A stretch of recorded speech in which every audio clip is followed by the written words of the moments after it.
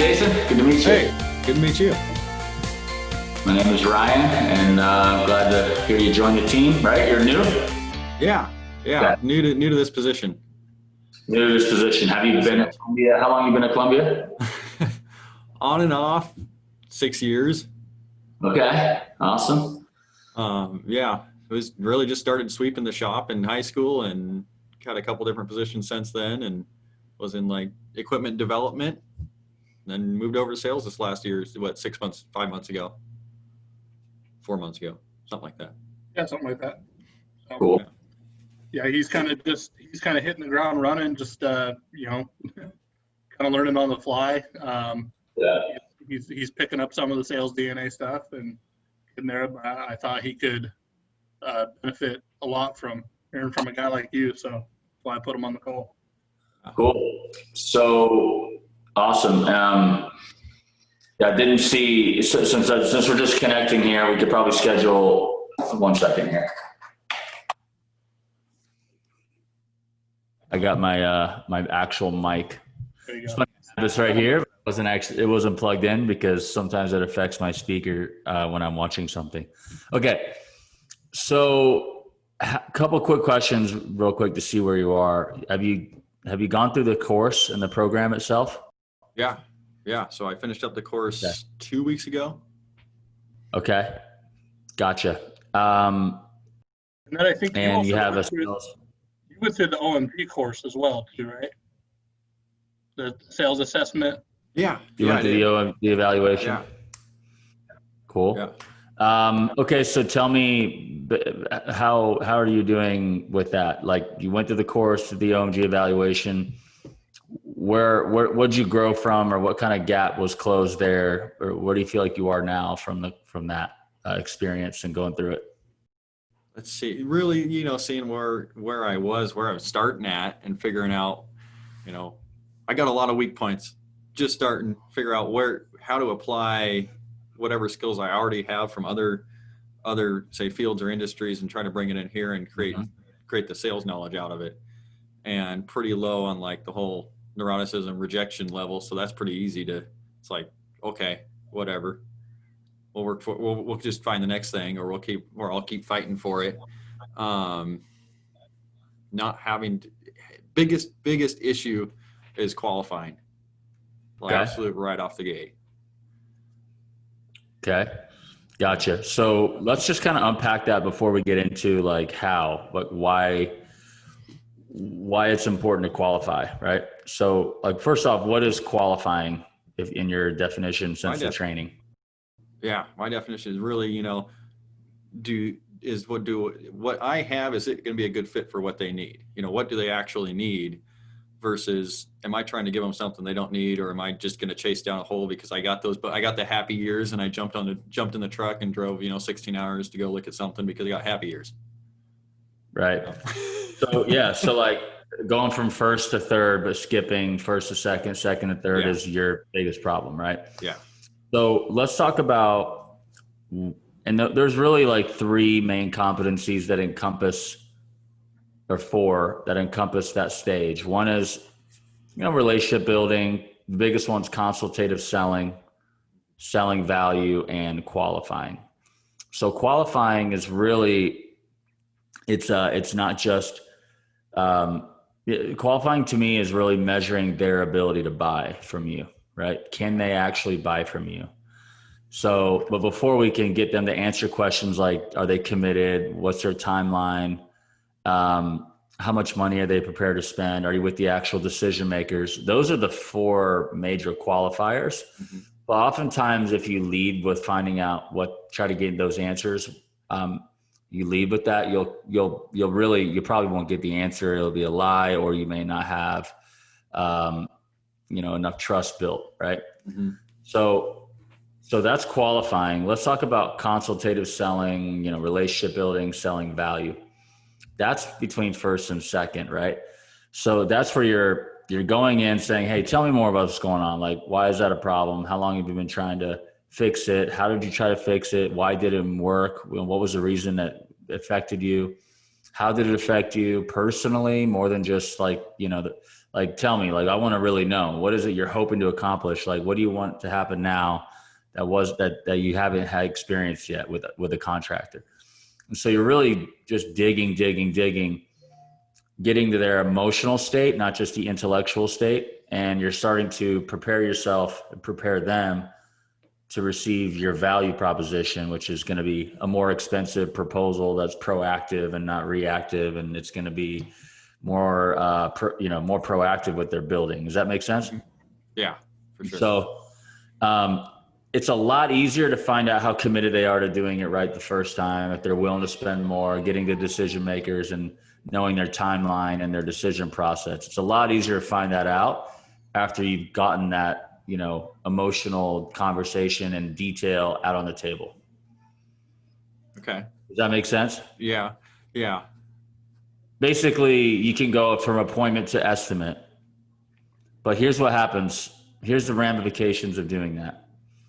First off, well, let's do a little exercise just to reinforce the power, so that you can get the confidence to do what I'm talking about every time. Because I think that, like, and I want to look at this as what does this mean for you, Jason? So over time,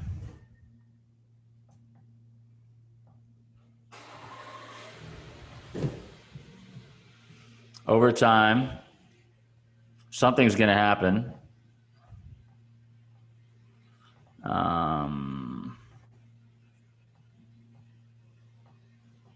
I know that initially it feels easier.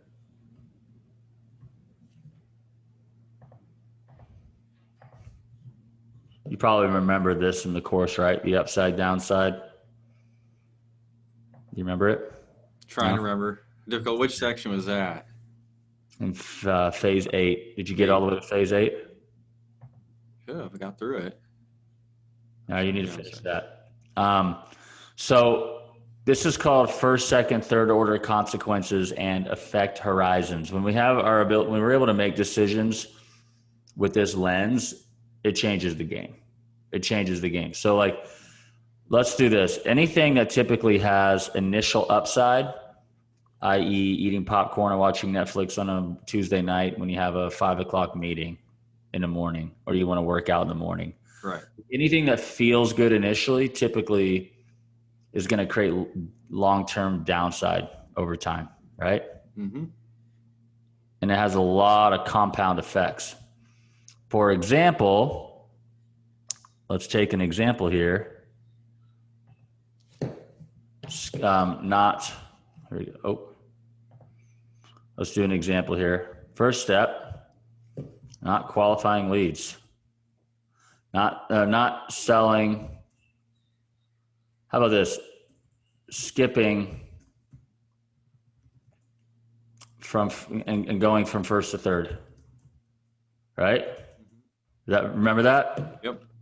So here's the initial step. Now let's look at the next order of consequences that happens after that. So what happens for you, right, Jason, if you skip going from first to third? What's the next order of consequence? Like, for example, hey, you get free cable. Oh, okay, you get free cable. Then the next thing you know is you watch a lot of TV. And the next thing you know, you stay up late. Next thing you know, you skip in your workout, right? So what's the next step after going from first to third for you that happens? If I skip from first to third, I haven't actually gained their trust to build a good relationship. No, I've just gone straight to, let's get that bid out. Right. So then what's the next thing that happens after that? Bid's not personal. I mean, it's just a number. Okay. All right. Now let's do it again. So what happens after that? After that, let's see.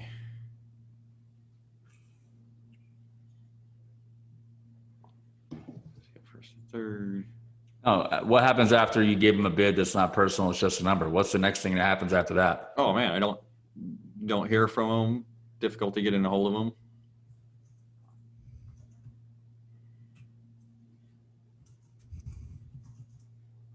Okay. Next one. What happens after that? It sits in no man's land. It's just gone. I don't know the status of it.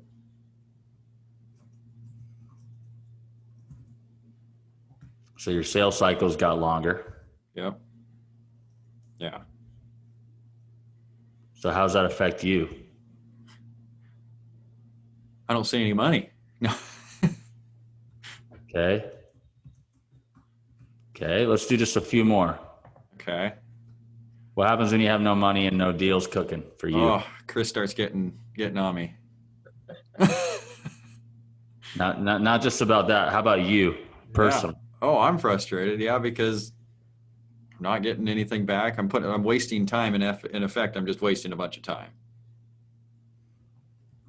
And Where that's do you kind of want to, important. where is it you're trying to actually get to? I want to get to a sale. I want to. So yeah, what do you want though? If you get sales, what is sales going to help you get in your personal life? I don't know. Practice. I don't know. No, I mean, how much money are you making right now? Right now. Yeah. Is it 55? No. All right. So Yeah, let's say you 55. made like a bunch of sales. Let's say you sold $5 million. Yeah. What kind of money are you making now? Just give me a Much round. more. How I much don't more? know. Triple? So let's say you're making 150 grand. Yeah. What do you do now that you have 150 grand? Keep doing what I'm doing. Keep doing what you're doing. But does anything change? I don't know. I'm not an intrinsic person. The money part isn't what I do. I do it because I like the challenge and I like getting the experience. I want to become a really rounded person. And that's Okay. what sales, I don't have the sales thing. I want to learn sales. I want to master sales. I want to get really good at that. Okay. So So basically I'm you're not, wasting time and you're yeah. not, So the wasting time part's the most important to me. not truly selling Yeah. or learning. Yeah. I want to always be learning. I hate wasting time. Okay. So you feel unproductive, right? Yeah. Yeah. So this is good. This is good. So, and then in turn of not feeling productive and feeling like you're wasting time, you just, it's a It's a burnout, I guess, at that point. burnout, right? Yeah. Feeling like you're beating your head against the wall. Mm-hmm. Got it. Cool. So if I freaked you out enough into making sure you want to get into doing this the right way? All Yeah. right, cool. I Let's wanna do look it at the right that. way. All right, I'm having fun. All right, so let's do it this way. Now we're gonna do the initial downside, and we're gonna do this. Okay. I'm just gonna see this mentally so that you know the power of going back through the course again, applying this in real life. So you feel really excited about it. I think that it's easy to lose track because it's uncomfortable, right? So initially, what's the initial downside that you feel of qualifying, selling consultatively, selling that value, building that value, right? What's the initial downside you may feel initially? Outside of that, it feels like it's a slow start. It's definitely a slow start. Got it. Feels like a slow start, which is that makes sense. It feels right. Like, Yeah.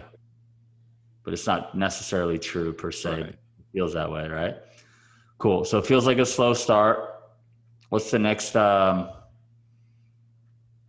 what's the next thing that you may feel like? Maybe you'll meet early resistance from prospect. Uh-huh. You'll feel that. Yeah. And it's really your ability to lower that resistance and identify it and lower it. That's going to be the difference maker, because they don't feel that way because they're conditioned for somebody to just give them a price, but then they're Right. frustrated with them. That's why they're talking to you, or else they would be happy working with them. Right. Yeah. So you meet some early resistance from the prospect. It feels like a slow start. Yeah. Okay. Then what's the next level of consequence after that? Let's see. So, but okay, you slow start. You met some resistance, Yeah. but then what? You overcome the resistance and you get into it. What happens after that? Well, I feel like when I'm talking to the guy, I get a bunch more. I guess, respect when after I ask those questions. Like I got off a good call this morning, the similar thing. I was practically telling them, no, we're not bidding it. It's a waste of your time. It's a waste of our time. We're going to be twice as much as the other guy who's really going to do it. I value our guy's time, and that's why it's going to cost as much. And instead of the resistance like I thought I was going to get, he's just like, oh yeah, I totally get it. Yeah. So Did he sign? what's he? Did he sign? No. Okay. No. Okay. So also you feel that slow start perhaps, and that's all an opinion. It doesn't have to feel that way, but you maybe have some resistance, and because you're asking to have get more questions that you're asking versus just jumping to the building hatch, the roof hatch, right? Mm-hmm. Or it's on the phone before the meeting, but you get more respect. So, but what happens when you start?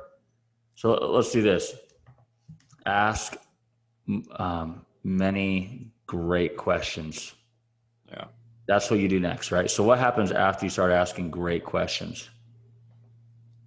If I can identify what the problem is, where their pain is, how I can fix it. Okay. Well, before we get into the pain and how you can fix it, at least you're not going to fix it yet, but you're gathering. Right. So you're learning what it is. So now you have the real pain and your real problem, and you can actually help, which is great. Because before you're trying to help and you don't even know what the real problem is. You're just like, oh, I can fix anything, right? Right. So cool. So then what happens after you find out their pain and their real problem? What's the next order of consequence after that? Work with them to find out what type of solution would fit their. What would you call issue. that? What would you call that right there? That's second base, right? I mean, that's sort second, of third. It could be, yeah, but like, what's actually occurring in the consultation? Is Yeah. what it is. Becoming consultative, right? What are they're feeling helped, Mhm. served, right? Not sold. Yeah. All right. What else? They feel their value. They feel the value. Right? Why you're more money. Yeah. Okay. So they're feeling. You can actually identify. They feel that help. What else is occurring? What are they seeing you as now? Identifying me as the expert who's there to kind of solve the issue. Yeah. It's huge. So now that they see you as the expert, what are you able to do before you start proposing them a lot more easily because of how they see you and based on how you've asked them questions? What are you able to do effectively that helps you and actually helps them? Well, steer not just the conversation, but what the possible solution might be, the way that I want it to go. Okay. What else is really important when you have like big companies and decision-making processes and other prices? I mean, there's all that stuff going on. So Build what a do relationship. you do before? Yeah. Sorry? Build a relationship. Yeah. Mm-hmm. Or they want to call me and actually talk about the other guy's scope. That's where I want to get. Totally. Here's another thing. When you want a meeting with the owner, or you want a meeting with the board, or you want a meeting, you've earned the right to get that meeting, haven't you? Mm-hmm. When you want to know what else they care about, you want to know their timeline, you want to know what their budget is, you've earned the right for that, haven't you? Yeah. Right? So you can actually qualify you can actually fully qualify without pushback. Would you agree? Yeah, for sure. And then we haven't even gotten into the more, which is going to be, hey, now as a result, what happens for you that we talked about here? I'm spending my time wisely to start with. I'm doing what I want to do and actually deal with a prospect that's been qualified that I want to work with, that wants to work with me. Yep. Then what? What happens after that? Well, it's going to get it sold. Sales are made. Okay. They certainly aren't earned. They aren't quoted. They're made, right? They're earned because you're earning. This is a more complex environment in commercial sales. And you're earning it. Sales are made. What else is happening? How's Chris feeling? How are you feeling? I'm feeling good. I'm, percentage is looking good. Numbers get looking good. And Chris isn't watching what I'm doing. No.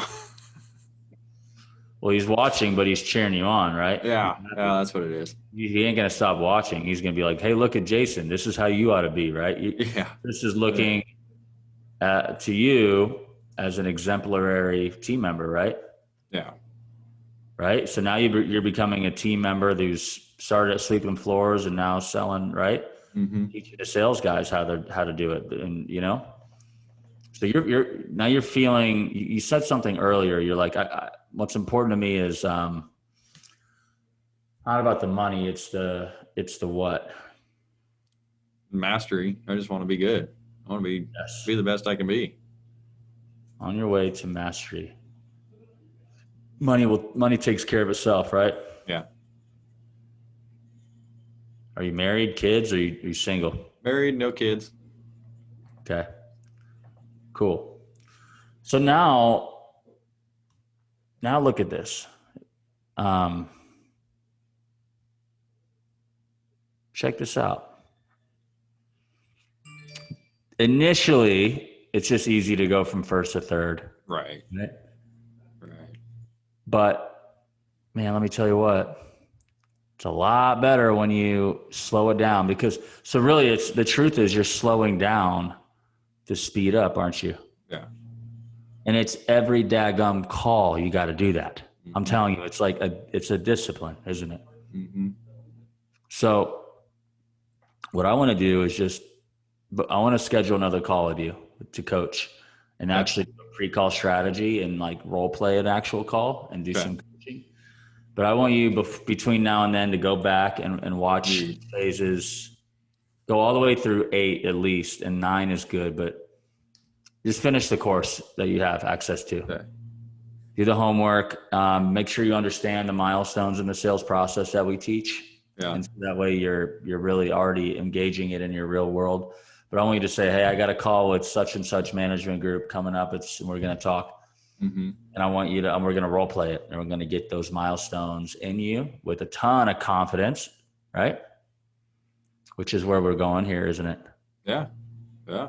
And you're going to just be playing at a high level with confidence. That's the way it should feel. It shouldn't feel like we're struggling at a high level. It should be like, hey, it just takes some focus and presence of mind, but I'm playing at a high level and the money takes care of itself. Cool. So I'm going to give you my link right now for one-on-one coaching since you guys are in, my top level program. Okay. And go ahead and book it and we'll do a one-on-one coaching in the next week or so. But I want you to make sure you complete the course and you study this, print it out, look at it with your wife, scribble on it, play with it a little bit, and just get this in you because at the end of the day, this is what lazy people do. That's why I like to call this the wheelchair path versus the mountain path, right? Yeah. It's like you go down here, you're just taking the wheelchair down the hill but it's not good. But this is the hard route, every deal, every time you slow it down. But just like, slow is fast. Bruce Lee likes to say, slow is fast. So if you can learn to slow everything down, you'll be able to slow each one down on at a lot of volume and a lot of precision. It'll be a lot of fun. Cool. Okay. Cool. So I'm gonna do that. So good job. Thanks, Jason, for participating. Yeah. Thanks for your time.